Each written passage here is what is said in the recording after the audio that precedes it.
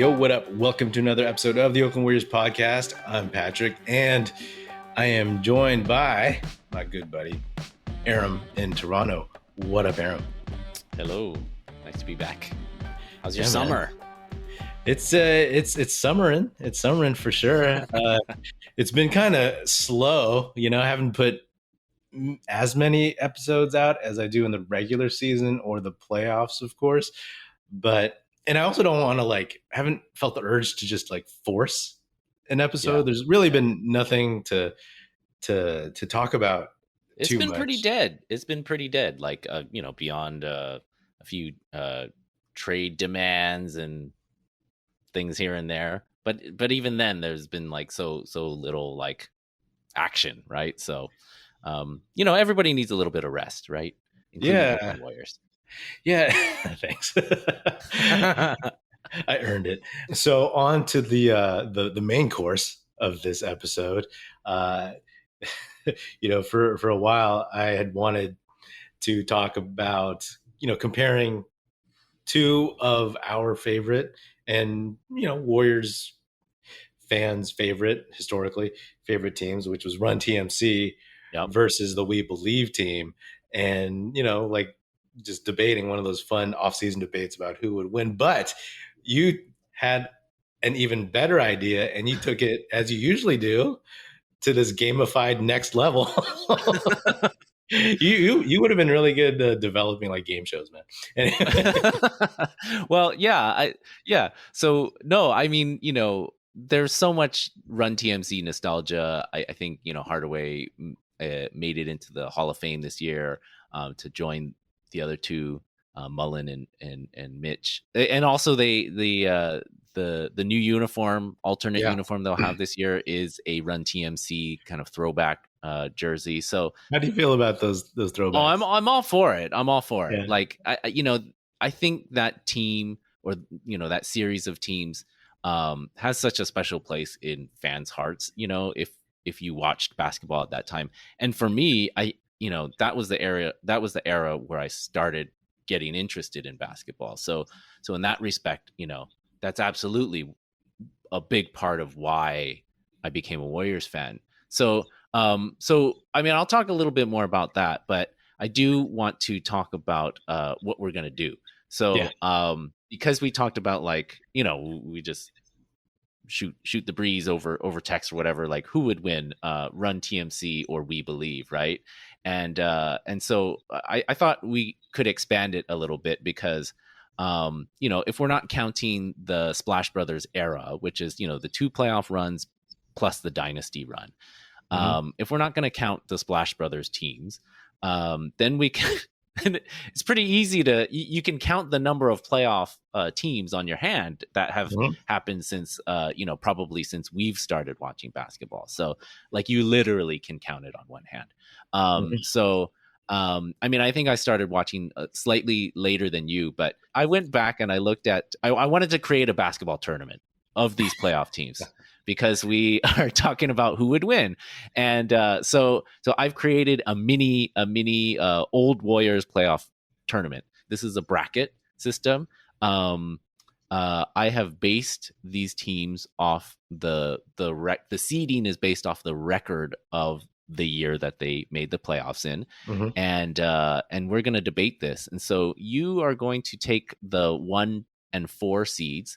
So the 1 seed, actually, you listeners may be surprised, is the 1991-92 Warriors, which is Billy Owens' rookie year, which is the year after they traded Mitch Richmond. They went 55-27. I remember that was a big deal. And if you all remember, this is the team that lost to the Sonics in the first round, and the infamous Shawn Kemp, Alton Lister. I mean, that I don't know about you, but I remember watching that game, and as soon as that happened, I was like, "This series is over," right? It was rough. It was rough. Okay, so that's the number 1 seed. They're actually going to be matched up against the 2006-2007 Warriors, the We Believe team, and you are going to debate who is going to win. So take some time to think about who's going to win and why. I mean, I think we all know. But just for the sake of this kind of like look back, and then the 2 seed is the 1993-94 Warriors. They went 50-32. This is Webber's rookie season. This is Sprewell's All NBA season as well. So and the year that Hardaway got injured. So which I'm going to talk about when we talk about the specific matchup. And then what was interesting about like diving into this, like, I mean, it didn't go deep. I'm not like a Ben Taylor from Thinking Basketball or anything like that. I'm not a huge analytics person. I mean, I'm going a lot off of memory here, but looking at Basketball Reference, I was surprised, and I think I sent you a note. I was like, did you know that the Run-TMC Warriors only made one playoff appearance, which was kind of wild, right? Because Hardaway, I think it was like they basically had 2 years of Run-TMC, and so great years. And Mitch Richmond was not on the Warriors for very long. Before he was traded for Billy Owens. So number 5 pick in 1988.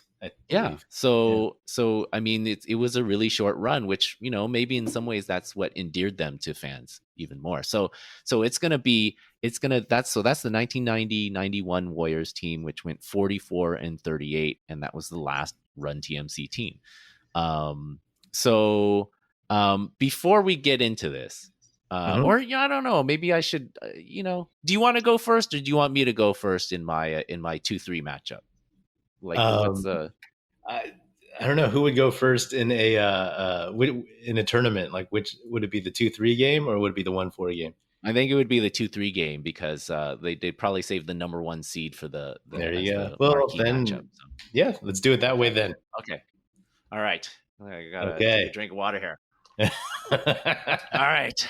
This is fun. This is fun. I love looking at these lineups. By the way, I was going to say that Shawn Kemp dunk, I mean, that pretty much set the course for the Warriors for the next like 15 years, because that 100% convinced them to trade for Webber, et cetera, et cetera, et cetera. I mean, it had so many ripple effects. I mean, I think I read somewhere that Alton Lister's wife basically said that like he couldn't get a job after that. I mean, I don't think Alton Lister was doing that well anyway, and he was kind of on the downside of his career already. But this poor guy, he was just hung out to dry. If you go back and watch the clip, I mean, part of it is 90s era basketball defense. There was a lot of illegal defense. You could only be so far away from your person without a double team. But man, the defense was bad. The rotations on that specific play, even the 30 seconds that you watch that, terrible. Like, Mullen kind of dropped down into the lane, but basically ran away from Kemp. And like, not to call out Mullen, but I mean, he kind of let Alton Lister got hung out to dry, and the pointing was just icing on the cake there. But oh man. It's that is the Warriors past. I mean, I do have nightmares about that dunk. Yeah, so it's yeah. Anyway, okay.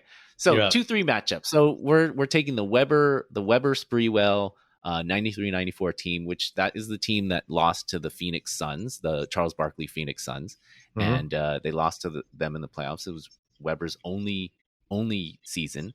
So, but actually, I wanted to. I got my notes jumbled here a little bit. I was going to talk about Run-TMC first, actually, which is our 3 seed, and but the bigger question is, I wanted to ask you is, while we're doing this look back at these kind of ill-fated playoff teams, is how do you measure success? So are you a Herm Edwards? You play to win the game. Or do you just want to be entertained? Because I think, in this dynasty cycle that we've been in, we're very focused on like you play to win the game, you play to win the championship, and anything Chase else wins. Is a relative failure, right? But I think if you think back to this era, because I've been thinking about why Run-TMC is so revered, right? And and it's because they were entertaining. Like, it's that simple. And that Mm-hmm. Warriors fans from that era onward until 2015 never thought championship, right? Yeah. So I kind of weigh everything, not in a mathematical, precise way, but I think about a couple things. I think about how good I think the team actually was, what the record was, how they finished in the playoffs, how entertaining they were, what the matchups were, how many like all stars they had, how many like Hall of Famers they had, stuff like that. So that's kind of the criteria. I'm just rolling with that. The thing about Run-TMC, it's because I was like a Warriors fan during the Sleepy Floyd, Winston Garland, JB Carroll era. That was rough, but it was like, when Sleepy Floyd dropped 51 on the Lakers, I remember being so proud, proud for once, so like, I just remember like, it's also interesting because I was so young, like that 2-year span of Mitch Richmond, Hardaway, Mullen, Run-TMC, like you didn't realize it was so short, right? It was heartbreaking when Richmond was traded. And so for me, like that is part of the reason, because it's part of my formative years, right? And I think a lot of people, it's their formative years, because if you think about the eras of Warriors basketball fans, people our age, Gen Xers, whatever, like that's what they attach to. That was the first time the Warriors in our lifetimes anyone cared.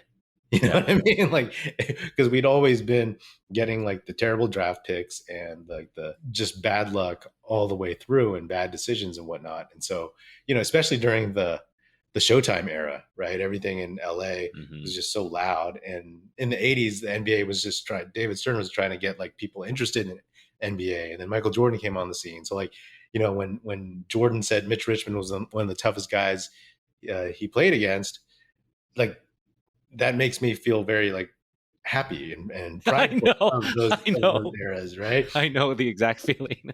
and the thing was too, was that I was a big college basketball fan and I was a big Georgetown fan. And so when we didn't get the number 1 pick in 85 and we didn't get Patrick Ewing, and we ended up number 7, got Chris Mullin, and I was a Georgetown fan.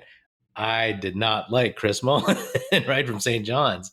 So that was like a downer, but to see him get past his alcoholism and then to become a dream team or a Hall of Famer, legit, like one of the best players in the league, that was huge. And then like Hardaway, that's the thing, Mitch Richmond, I didn't really know who he was, but he was like this number 5 pick. And then Tim Hardaway was like, like the 17th pick or something? I don't know.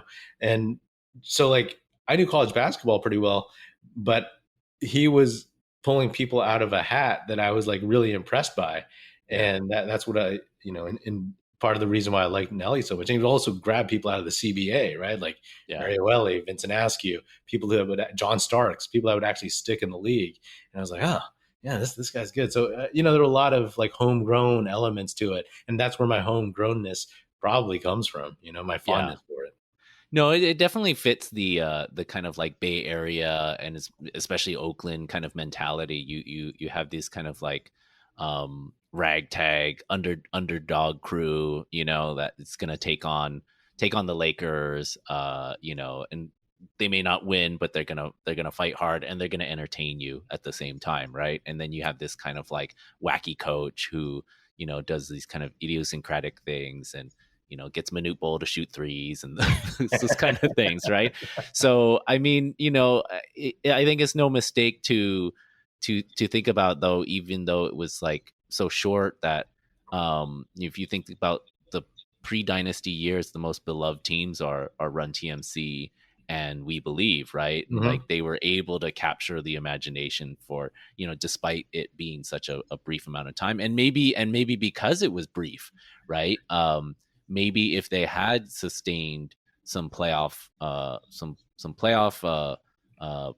runs, but always lost, there would be a different kind of disappointment with them, right? Because it's like, totally. They never got over the hump, right? Whereas like this is more of a what could have been, right?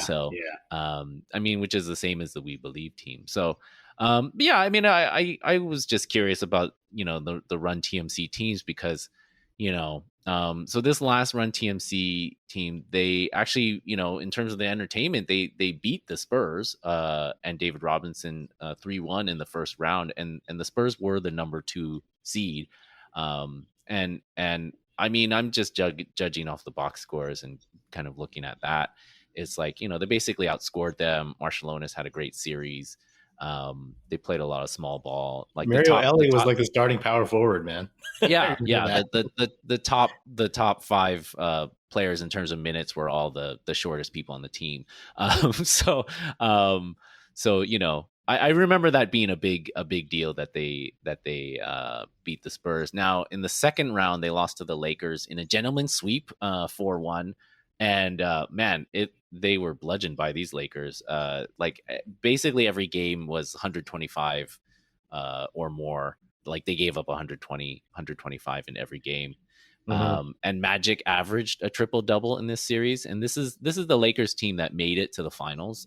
They're kind of like last hurrah with Magic. So, they were a good team. I mean, I think at the time, when they played the Bulls, they felt a little long in the tooth, but obviously a really veteran team with some great players too. So, I mean, part of me, like looking at these the Run-TMC, off some of the stats, is like, you know what? Is it too much of a hot take to say Run-TMC was overrated? Not in our hearts, not overrated in our hearts, but like if you objectively looked at it, like they only had 1 playoff appearance. And that's why I'm asking, like, how do you measure success? Because if you measure it by that, they made 1 playoffs, they won 1 series, and otherwise, like they didn't do much other than capture our hearts. Yeah, I mean, I think if people say they're overrated, you can't really argue against that, because like, here's the thing: it's like, it's not so much that like they were like this great team, but it's like, the problem was always that their trajectory was cut short. And that's the issue. And we imagine how good they could have been. So saying they're overrated, like they weren't that good. Yeah. Like their results were like, they upset the Spurs, then they lost to the Lakers, who went to the finals. Like that's a good building block for a team. Right. And then that's when they traded for Billy Owens. Right. So it's over. So it's really hard to say like, oh, they weren't. It's hard to say that they were a great team, because they weren't a great team yet. And I think that's what the issue is. And and I think that's still like an interesting team to look at in terms of this tournament you've set up, and like comparing them about to who would win, because it's fascinating to me, because like they were too small, and so they wanted this quote unquote Magic Johnson type 6'9" Billy Owens out of Syracuse who couldn't shoot. They went with him, got rid of Mitch Richmond, and then they found out they need like actually a guy who can play against like Shawn Kemp, and so then they try to get even bigger, and it's almost like it was replicated a little bit later, a little bit with the We Believe team, which we can get into later on, because that was a team that also was systematically dismantled prematurely. And which brings me to another player in this whole saga is Don Nelson is at the core of a lot of these teams, right? Well, all of them actually. So if you're talking about systematically deconstructing something, I look at this, we're talking a lot about like what would have been after, had they kept Mitch on the team. But, if we're looking at this 90-91 roster, if I'm being objective and honest, and this is not any secret, like we knew this at the time, like they kind of had a trash roster. There's some amazing, some high scoring guards and wings, and then Alton Lister, Jim Peterson, and Tom Tolbert. So the roster balance was quite bad, and I think more than anything is if I'm just looking at this matchup and how this Run-TMC team match up with the Webber team, they sucked on defense. They were 23rd out of 27 teams in terms of defensive rating. They were higher, of course. They were only sixth in offensive rating, which is like maybe a little surprising in terms of what you would expect from a team that was kind of heralded as being this kind of like offensive machine. So so those are some things that give me pause about thinking that Run-TMC is going to win this matchup. But the heart is tugging right now. But let's talk about the 93-94 Warriors. So as you mentioned before, they had a really weird and tough season before. Lots of players missed games. That was Sprewell's rookie year in the 92-93 season. But and so they ended up getting that the third pick, trading Penny Hardaway and 3 draft picks for Webber. It seemed like the missing piece. And Webber was getting him. There's momentous landmarks in my Warriors memory, and the Shawn Kemp dunk. But getting Webber on draft night, that was huge. That was huge. He was the missing piece, right? We had the pieces. We had Hardaway. We had Mullen. We still had them. Sprewell's on the way up. Billy Owens, still a young player who had some, glimpses. We didn't really pay attention to shooting as much back then. But it was kind of a weird team, right? Because Hardaway gets hurt right before the season starts. They end up signing Avery Johnson, who was just a journeyman at that point. He had not really stuck in the league, and but he ended up being kind of a team leader. If you remember, he had those little 15-foot baseline jumpers that were money. That was the only shot he could ever make, and maybe a few kind of lefty layups. But he was feisty and a good leader. He did the fake behind the back pass that Mondo does. Avery Johnson did that first. Yeah.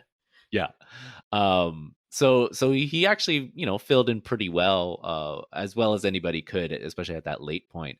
But this was this was in that way. There was a real leadership void, I think, with Hardaway getting injured, and then so the keys were kind of, I think, handed to Sprewell in a lot of ways, or he took the keys. Mullen was also hurt at some times in this season, and I noticed on Basketball Reference that he came off the bench for half of his games, which I didn't remember, but so that was pretty interesting. And then also, again, looking at Basketball Reference, this was an incredibly young team. Maybe not nominally in terms of their age, but in terms of people's experience on this roster.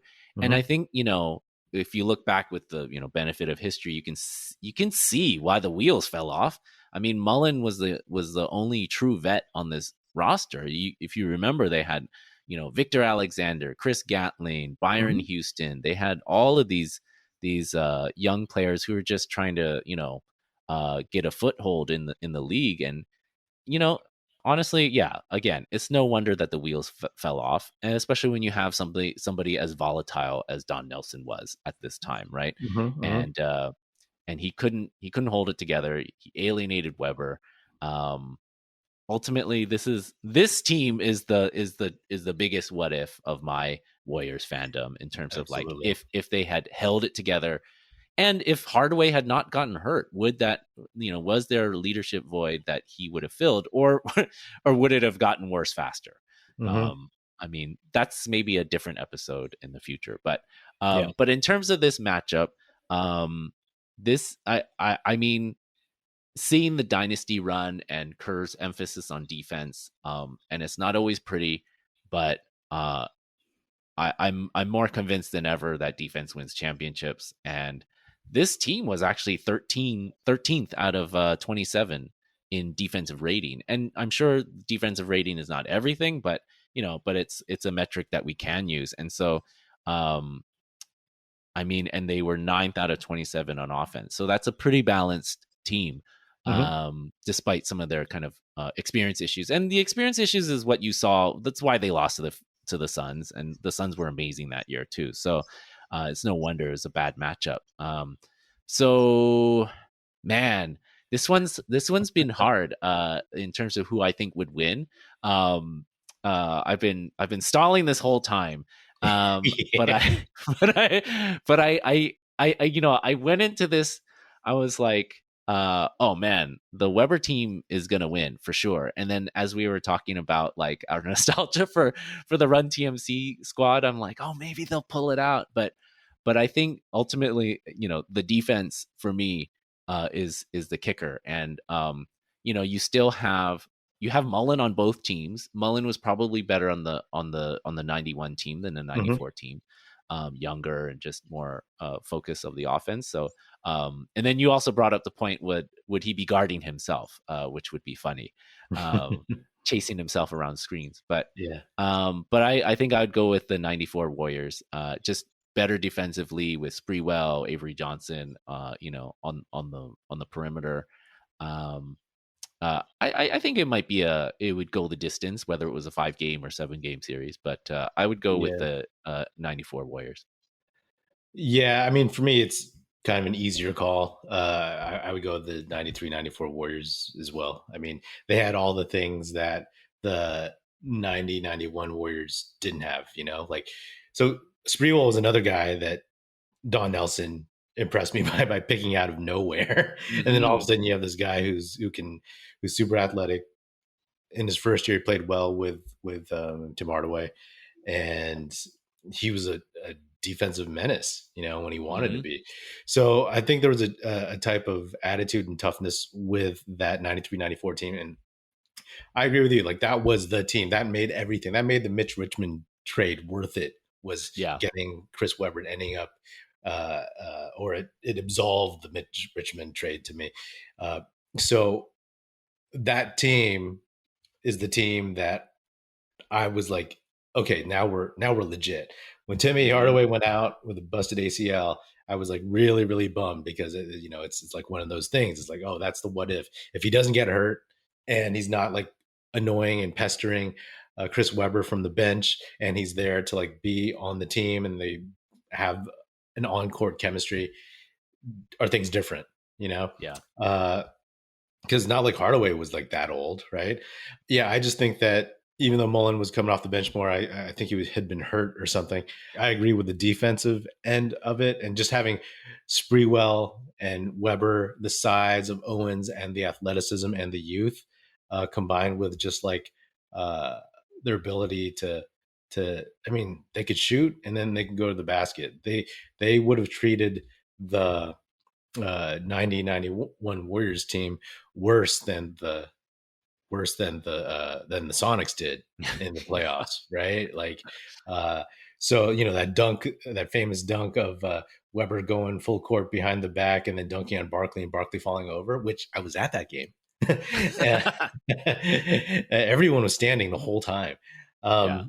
and like the whole game, and like that would have been on Alton Lister, it would have been way worse. So to me, like, I think the 93-94 team is definitely, because like that was when the Warriors all of a sudden had the Webber-Sprewell athletic dudes who had attitude and who were of a younger generation that I grew up looking up to.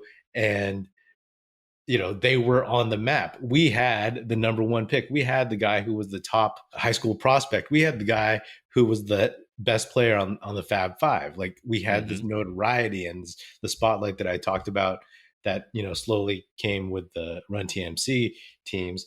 And then this. So like, you mentioned all the stats and stuff.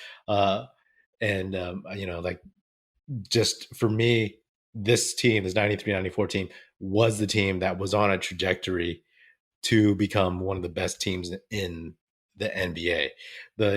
I'll still say the years that Jordan was out, which was like the following season and then the season after that, partially when the Rockets won. Akeem is Akeem, right? But at the time, I personally thought that the way the Warriors played, if they got Tim Hardaway back and you had a lineup of Hardaway, Sprewell, Small Ball, Chris Mullen, Billy Owens, Chris Webber, that team was going to be really, really, really, really tough to beat. They just had a lot of different guys that go inside, out. They could shoot, they could run, and for the most part, they had guys who could play some defense, right? I mean, Chris Mullin, Tim Hardaway, maybe not that great on defense, but they did what they could, and Sprewell was like a full court ball hound at that point. The full squad with a healthy Hardaway, that was my Nerf hoop team. It was just like, they were just stacked, right? Like that's the idea of that starting five with Hardaway, Sprewell, Mullin, Billy Owens, and Webber. That was just like, that was my Nerf hoop team. And it's just like, just play that Nerf hoop, mimicking all of them, and I had high hopes for them. I did want to go back and actually just to make a correction. So this is actually the Phoenix Suns team that had gotten to the finals the year before. So this is the Phoenix Suns team that lost to the Rockets. Oh, right, to the Akeem Rockets. So yeah. But a similar team that of the one that went to the finals. Sure. Yeah. So, and you think about Hardaway, man, like, when he got traded to the Heat, he was in the playoffs all the time. He was like, I think at least 1 year, top 10 voting, top 5 voting for MVP. Yeah. So like getting him and Sprewell back, I was like, this is gonna be the best backcourt in the league. And then we have Chris Webber. It was even the Slam magazine cover, right? Yeah. So. Exactly. I remember reading that article and Tim Hardaway was like, whatever he said about Sprewell, the difference between Sprewell and Michael Jordan was like, Michael Jordan has bigger hands, and Sprewell always dunked two-handed. That was it. That's what he said. And obviously that's Slam magazine journalism and whatever, but it's just like, I remember that. I was like, yeah, it's okay. We don't have Mitch Richmond. We have Sprewell. And, because he continued to surprise with how good he was, Spree for three. The dude could shoot, Yeah. Well, what could have been, the other weird twist of history too that I just realized or just remembered too is that Webber and Mitch Richmond ended up getting traded for each other later, a few years later, right? So, to the Kings, between the Kings and the Bullets. So, okay, so I went 93-94 Warriors. They're in the finals of this tournament. So you're up next, and you got the 1991-92 55 win Billy Owens rookie year team versus the 2006-2007 Warriors, the We Believe team. Now, I don't have the year on hand, but I believe that by the time We Believe was playing, the defensive rules had relaxed a little bit in terms of illegal defense. So totally. So this wasn't an issue. This wasn't an issue for my matchup, but we have to define the rules here a little bit. Are you playing by 2006-2007 rules, or are you playing by 1992 rules? For sake of argument, let's go with 92 rules because the other two teams that you talked about are in the same era. Okay. Less, right? Well, there's also the old baseball rule where you could say whoever has home court advantage, you get to play by their rules, kind of like in the World Series. If you're playing in the American League, you get to do a DH. Yeah. But, Well, let's play by the old school rules. So it's interesting, right? Because like the We Believe team, they eked into the playoffs, right? And it's interesting with both of these teams because the 91-92 team is the team that they traded Mitch for Billy Owens, but they had beaten the Spurs and they'd like come up, like they had that bump of confidence and like they were like a team on the rise. The 06-07 We Believe team, they were like the 90-91 team to me. They were the team that was kind of like, just coming up. And then the 07-08 team was actually the team that was better to me, because remember they ended up with like 48 wins. So the 06-07 team, the We Believe team, they ended up 40-42, right? They had a ton of wins at the end of the season just to barely make it. And then they upset the Jazz. They upset the Mavericks and lost to the Jazz because the Jazz had size.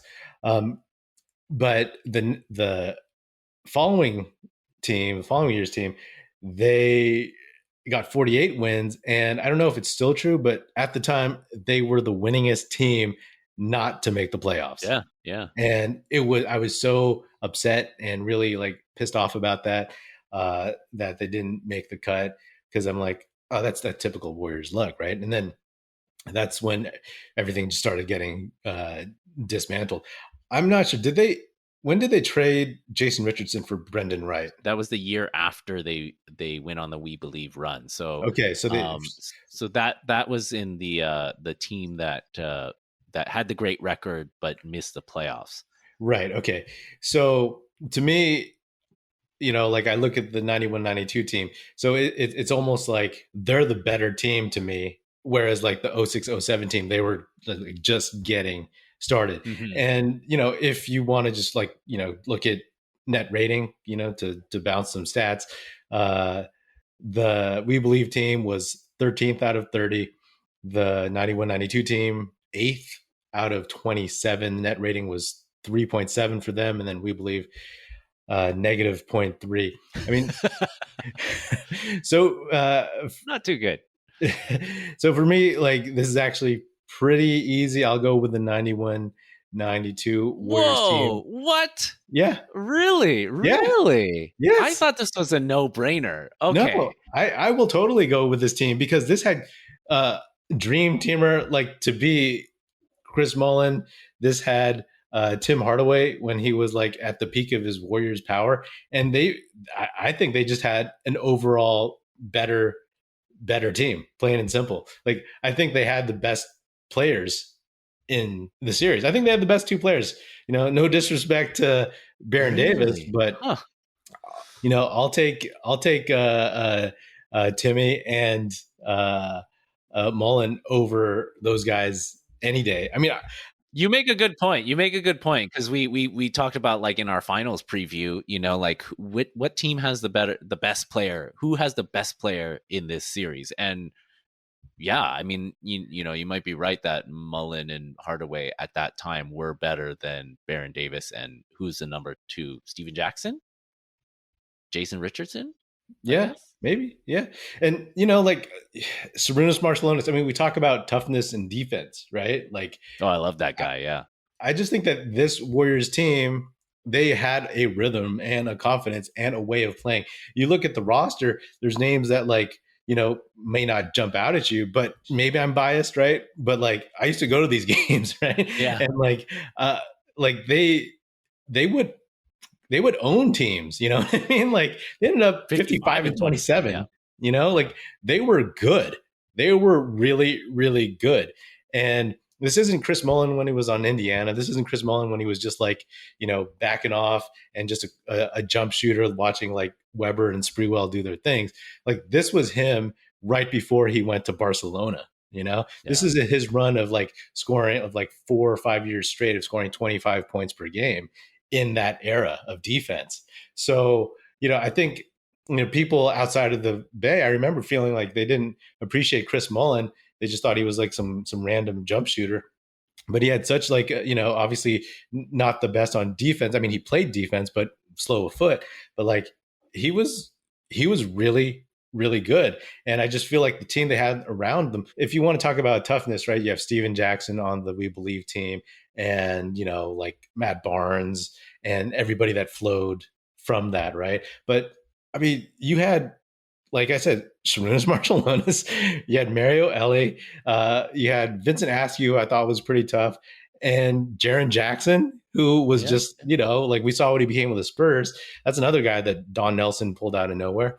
So, I like this team. And there's neither team has great size, but I think that you take Tyrone Hill, who could rebound like crazy.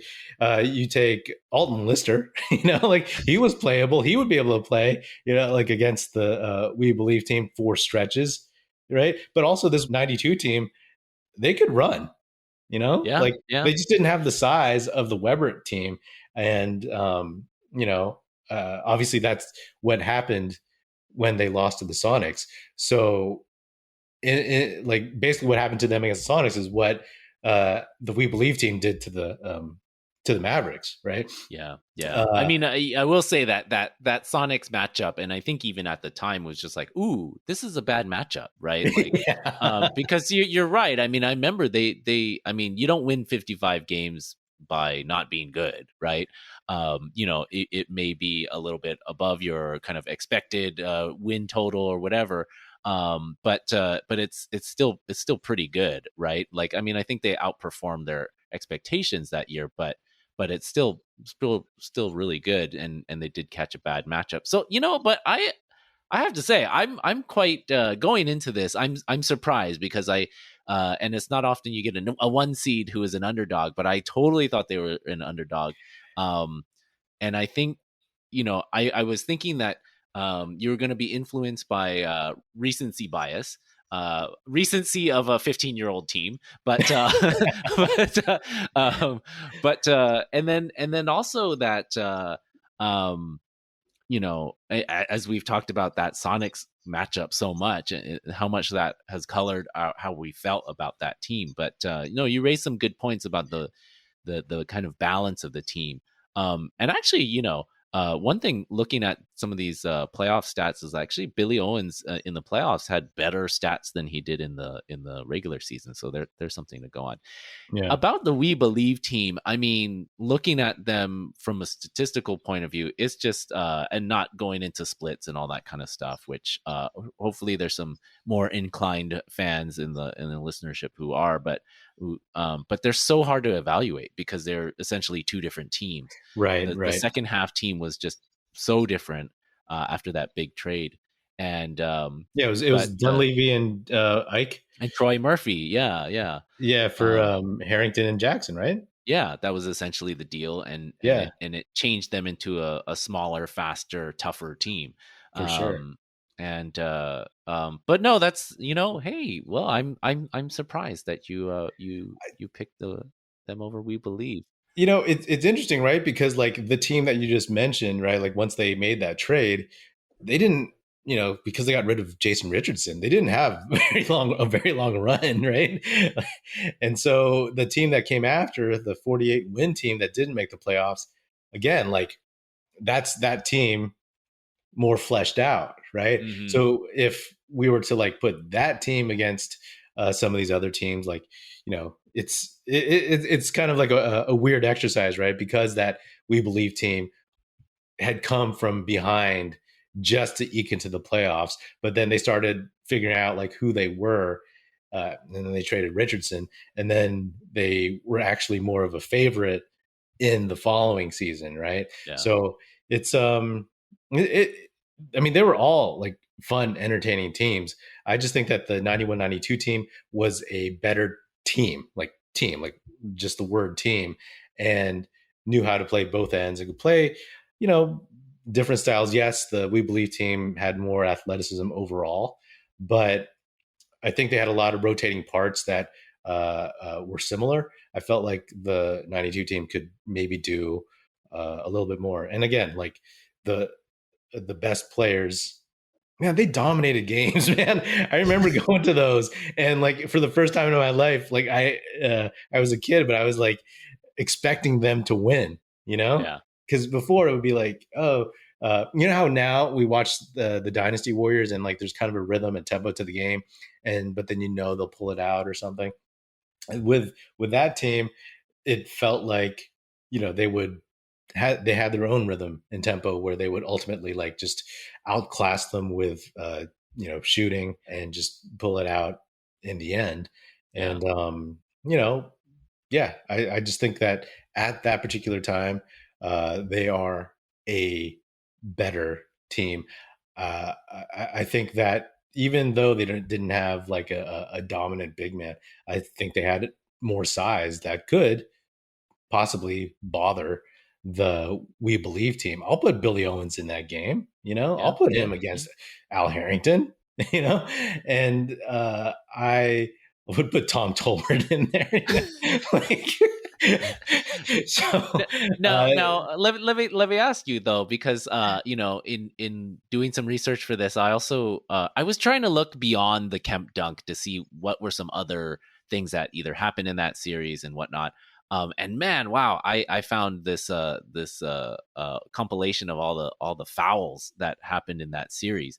I mean, and the Sonics were incredibly physical on top of just being more athletic.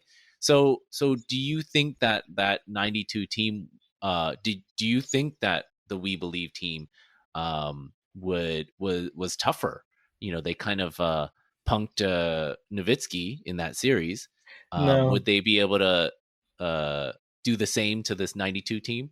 No, I mean, for some of the guys that I mentioned, like no one's punking Hardaway. Marielli, tough as nails. Jaren Jackson, tough. Sarunas Marcelone is tough. Is Steven Jackson going to punk Chris Mullin? No, I don't think so. And I also think they have, they wouldn't have had to rely on Mullin the way that Dallas relied on Nowitzki. And I mean, you could make the argument that this Warriors team on paper, compare them to that Dallas Mavericks team, just off the top of my head, like, well, who do they have? Like Josh Howard. They didn't have Jason Kidd yet. They got Jason Terry, Jerry Stackhouse. Yeah, Avery Johnson was our coach. Eric Dampier, former Warrior. Big Damp. Worst nickname ever. Big Damp. Also a former Warrior. So who? Devin George. Yeah. Illustrious career with the Warriors. It's true. They didn't have much. This Mavericks team. Wow. How did they get the number 1 seed? I mean, it's the same way the Warriors lost to the Sonics, right? It's just a bad matchup in 92, right? Like it was the wrong team that is the Warriors, the We Believe team was athletic, tough, had tons of shooting, had a ton of guys who could run you out of the gym. Whereas the Sonics, they had size and they had a Gary Payton who was learning how to play in the NBA. So, well, and and also, think about the We Believe team, and we always mention, or the thing that endeared them was that Mavericks series. But if you think about how much they got picked apart against the Jazz, I mean, they were just dominated in that series. I mean, there was a few, I think there was one game that if it had gone their way, maybe it would have made the series a little bit longer, but they got worked. They got worked by that Jazz team. So, sometimes we remember them more fondly. Is that Jazz team?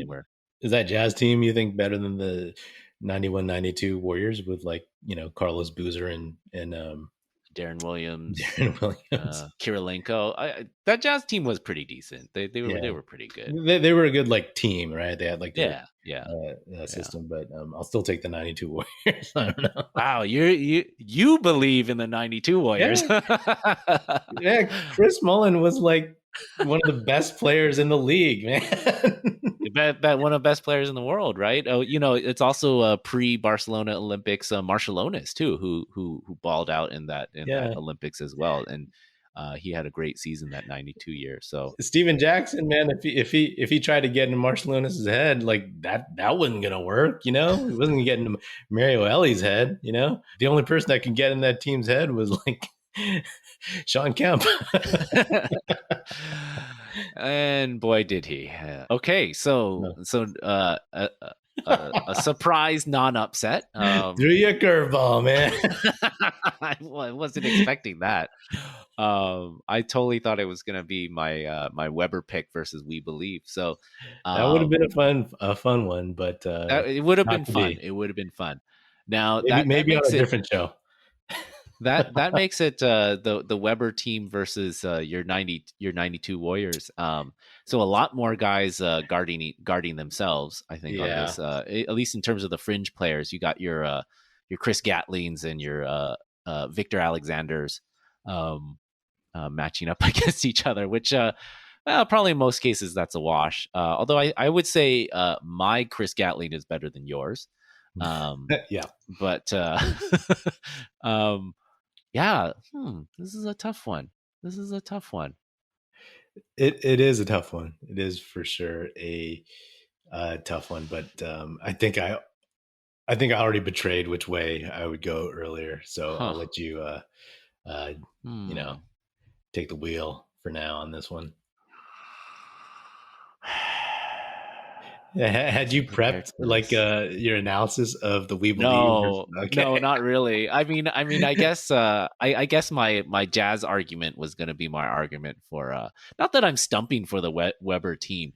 I mean probably what is the biggest thing against them, biggest strike against them is what I mentioned before, is that they were incredibly young. and incredibly inexperienced. And that probably would carry in a in a series, to be honest, where your most important players like Webber or Sprewell, one is a rookie and one is in his second year, despite their kind of like Sprewell's toughness. So yeah, I mean, thinking about that matchup, I think it would be a long series, just because I do think that 94 team was pretty athletic, and I could see the 92 team having some problems with that. But also the depth of talent is maybe not there. Now I'm talking myself out of my own team that I'm picking, but no, like I said, I'm not stumping for them. So, yeah, I don't know. You make a persuasive argument. It would be interesting to see what other people think too. Yeah. I haven't said which team I would go for. Oh, okay. Well, I mean, I thought you were going 92 all the way. No, I mean, let me like take a quick beat on this. It's tough because I almost feel like, and part of this is memory, right? The 93-94 team is a better version of the 91-92 team. Like it's part of that process of, we got dunked on by Kemp. We, eventually got Webber, and then this is what the result ended up being. And I still go back to that team. And here's the thing, right? Like the 91-92 Warriors, like they were good, but like the sides I mentioned that could deal with and maybe give some problems to the We Believe team, like you could throw Chris Gatling, even though he was young. You can throw him against Al Harrington, Biedrins, whatever, some of the other guys. But they didn't have that extra thing that I feel like, as we spoke earlier, that Webber and Sprewell offered. And to me, again, it's this weird thing where like it's like the team the following year that could have been, if Webber didn't get traded, right? Like I talked about, that's the team that could have been amazing. Yeah. Okay, let me ask you before you decide. I mean, I think what it comes down to is, do you trust I mean, because we're also playing in 90s basketball, so kind of like individual matchups kind of matter more than kind of what you see now, where you can kind of zone up on people, send extra defenders to help, just more varied defense, right? Like individual matchups matter more. So I think the question is, who wins the matchup more? The 92 team has Hardaway versus Avery Johnson. Do you think Avery Johnson's going to hold up, or the 94 team, what it has going for it is Webber versus an assortment of Alton Lister, Tyrone Hill, and which team is going to win those matchups? Because I think like Mullen's going to guard Mullen, Owens is going to guard Owens. I mean, maybe Sprewell, Marshallonis was playing a fair amount of minutes in 92. So, you would probably still go with Sprewell in that matchup too. So it maybe wouldn't just be solely Avery Johnson. So maybe Sprewell. Yeah, I don't know. What do you think? What do you think about the Webber and Hardaway matchups, though? I mean, obviously, I think Hardaway's better than Avery Johnson, but like Avery Johnson, he was really good at managing that team and running that team and having dudes to throw it to. I mean, like the more we talk about it, the 91-92 team, like we talked about, they had a better record, whatever, by like 5 games or something. But like head to head, that's the question, right? Like I'm looking at the 92 Sonics roster. It's not that great, right? No. I mean, they had like some guys at the top. They had Peyton, they had Kemp, they had Nate McMillan, Derek McKee, solid, Eddie Johnson, who could shoot, and Michael Cage, who was a rebounding menace. So they had some guys, but it's not like they had like all these world beaters at a certain point. And I think maybe the 92 Warriors team had like more playable guys, more depth to to that extent, but I think the 93-94 Warriors, if they played together, right? Not even just like saying which team is better. If they played against each other, oh man, it could be similar to the Sonics series, and I think that might be a reason why I would go with the 93-94 Warriors, because you have athletic dudes who can do things that your team can't. But again, the flip side of that is Webber was just a rookie. Like you said, he wasn't young. A great post-up player at that time. So that actually gets me thinking the other direction too, because that's my argument for, again, like the 92 team beating the We Believe team, is because they were like a better quote unquote team already. So yeah, this is tough, man. This is actually tough. You have me going back in the other direction. Both teams are really fun to watch and pretty different. Yeah, just even in the span of a couple of years, they are quite different. Like, yeah, just in the terms of the makeup. You know what? I think I'm gonna go 94. I think Avery Johnson will hold up well enough in that matchup. If he gets in foul trouble and you got to put Keith Jennings in, that's gonna be rough. But Mr. Jennings, Mr. Jennings. But I think the athleticism of that 94 team will ultimately win out, and that Webber versus the assortment of bigs on the 92 team. I mean, obviously he was a rookie, but Hall of Fame talent. Right. And it will win out. The 92 Mullen is much better than the 94 Mullen. But maybe, 94 Mullen will be good enough against himself. Yeah. And, ultimately I think I go with the 93-94 Warriors too, because like the 92 Warriors, they were missing something, right? The athleticism. The 93-94 team, they were missing Timmy and missing they lacked some experience, but they had all those other like well-rounded pieces. And again, yes, maybe I'm projecting it, as to what they could have been like following season and season after that. But, just by looking at the results of the 92 playoffs and seeing the Warriors get whooped by a Sonics team that bettered them in terms of athleticism and size, then I mean the 93-94 Warriors have that, right? So I would it would hopefully go longer than the Sonic series, which was like a 1-3 series or something. I think it was. It was 3-1. Yeah. Oh God, that's rough. But hopefully this one. I guess this is, if it were a best out of 7. Like I could see it going like 6 or 7. Yeah, I think so too. Yeah. All right, so I think we've called it from the old Warriors playoff teams. It's the champion of this kind of pretty flawed bracket is the 93-94 Warriors.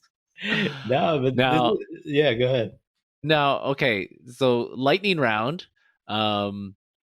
If we did a pre-dynasty Splash Brothers team, one of the Mark Jackson, the two Mark Jackson playoff teams of the Splash Brothers, versus without looking at any stats, let's pick maybe the one that lost to the Spurs. Lost to the Spurs, which is I think that's the 2013. Got Harrison Barnes rookie, Draymond Green rookie year. Yeah. Festus. Okay, so this team versus the Webber team. Yeah, honestly, like it's funny because my thought process is like, oh well, the Webber team was like, they just need, like I just said, they needed some time and some experience. Like that's what they were missing, but they had like all the guys. But then, I'm looking at this Warriors team and it's like, oh, they needed a couple pieces.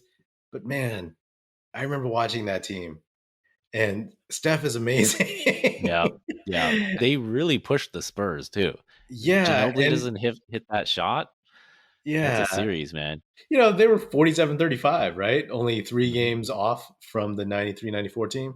I'll go with the 2012-2013 team because absolutely, they not only have the best player in a series against 93-94, but they have one of the best players of all time who was just learning his power. I mean, not learning, but he was like exposing his powers, right? Like some of the shots he took against the Spurs and the way he just owned the Nuggets. I feel like, again, these are different rules, right? But I just think like that's such a transcendent talent. And especially if you're playing like modern day rules a little bit more. But if we go by your like home and home thing, I think this team would steal one from the 94 team, since the 94 team had a better record. So they, I guess, would have home court advantage in this exercise.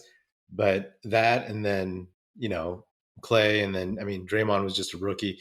But I don't know. I just think having Bogut, it would be immensely helpful. And they had toughness, and Richard Jefferson was long in the tooth, but he still did something. And David Lee was still David Lee for what it was worth. So like, double doubles. So again, just the transcendent talent. And then they were good, and they were like, this was the team, right? Remember how they lost to the Clippers the following year? From all those other previous Warriors teams and other teams that we've watched throughout the NBA, our fandom and stuff, I felt like this team is ready to make the leap the next year, and then they ran to the Clippers. They had some problems, whatever. But like, I felt like when they came out, quote unquote, came out of nowhere in 2014, 2015 to win the title, I actually felt like they were on track. It's just that they got beat by the Clippers the previous season. Like, this was a team that was showing like what the We Believe team did, and then should have taken like a greater leap the next year, but they just lost in the first round. So I'll go with the Steph team, man. That team was a few turns away from beating the Spurs, and they had pretty interesting depth pieces with like Jarrett Jack and Carl Landry coming off the bench. So I think that team would win out. I mean, that 94 team would definitely put up a fight. They had Sprewell-Webber, those kind of things. But I mean, Steph, all time great. Just even at that point, he was already, like you said, kind of showing his power. So, that's why it was a kind of a quick question in terms of like, relatively easy to answer. We debated out a little bit, but right. Yeah. So, I mean, this was a fun exercise. I mean, it gives us something to kind of go down that memory lane. Now, I did want to add one more thing in that, going through some of these old Warriors teams and like thinking about how I got into basketball, and I really wanted to try to find one of the playoff teams that had Manute Bol on it. Because going to my first basketball game, I mean, I had seen him on TV, but I remember early on in the game going into the lower bowl, like they were just on the court, and it's just like just being amazed at the size of all the players, and especially Manute Bol. And I mean, he was such a fan favorite. I think he was a favorite of yours too. And I really wanted to get him into this somehow, and maybe on a future episode we'll work in some past Warriors a little bit. But I remember he's a fan favorite of yours too. Yeah. I mean, like, when the Warriors were just mediocre, he was like, Don Nelson, he would just have him jack up threes, and everyone would yell "Newt," and they started selling shirts that said "Newt," with like 4 U's or something. It was entertaining. It was literally just entertaining, and that's and he's a great shot blocker, So he wasn't a novelty piece, he had a role on the court, and they. Absolutely.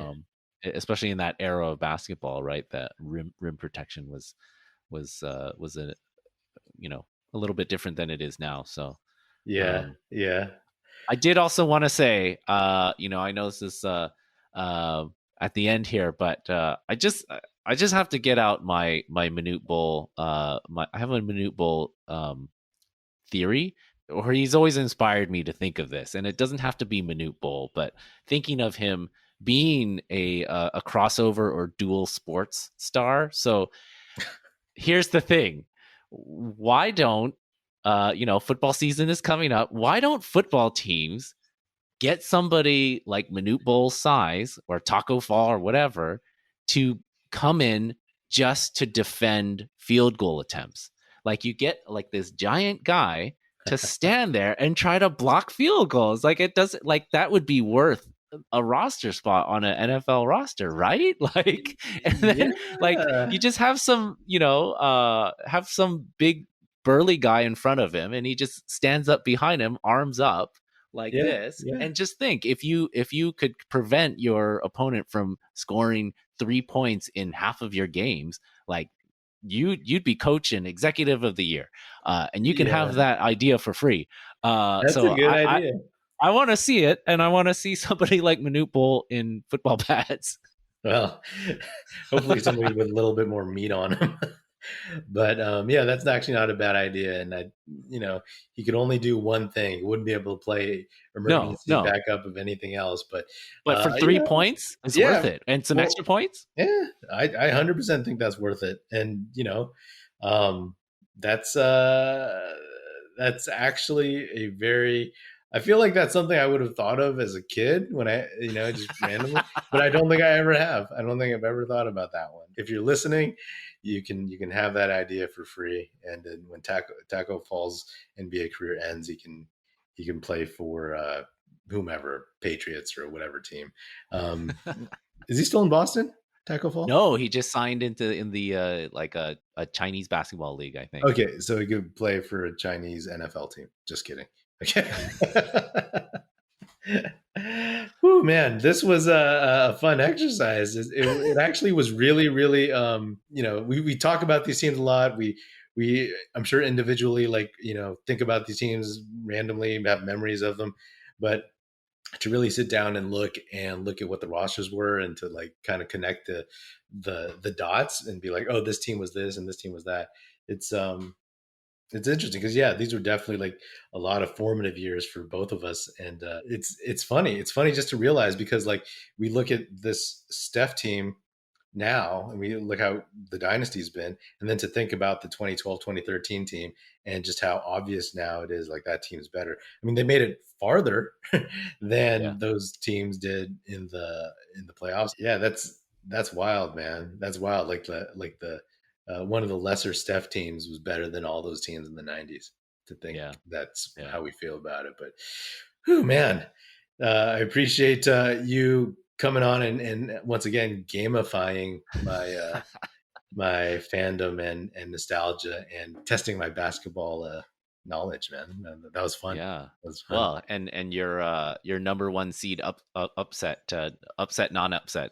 You really shocked me. So with your strident defense of the '92 Warriors. So I appreciate that. Thanks for coming on, man. Always fun. Always.